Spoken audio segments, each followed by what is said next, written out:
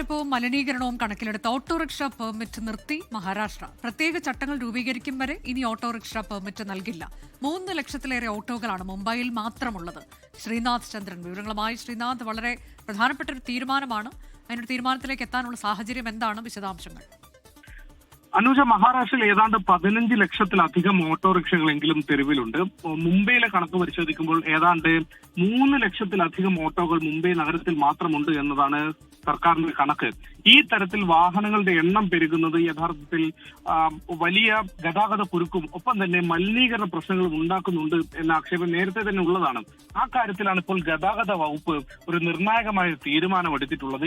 ഈ പ്രശ്നം പരിഹരിക്കും വരെ, വാഹനങ്ങളുടെ പെരുപ്പം നിയന്ത്രിക്കും വരെ എത്ര വാഹനങ്ങൾ വേണം എന്ന കാര്യത്തിലൊക്കെ തന്നെ ഒരു അന്തിമമായ ഒരു കണക്കെടുപ്പ് സർക്കാരിന്റെ ഭാഗത്തു നിന്നുണ്ടാകും.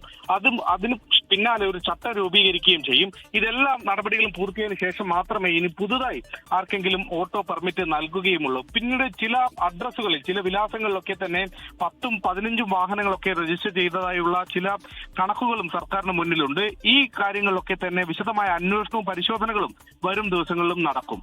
അനുജ, വാഹനപ്പെരുപ്പവും മലിനീകരണവും കണക്കിലെടുത്താണ് ഓട്ടോറിക്ഷ പെർമിറ്റ് നൽകുന്നത് നിർത്തിവച്ചിരിക്കുന്നത് മഹാരാഷ്ട്രയിൽ.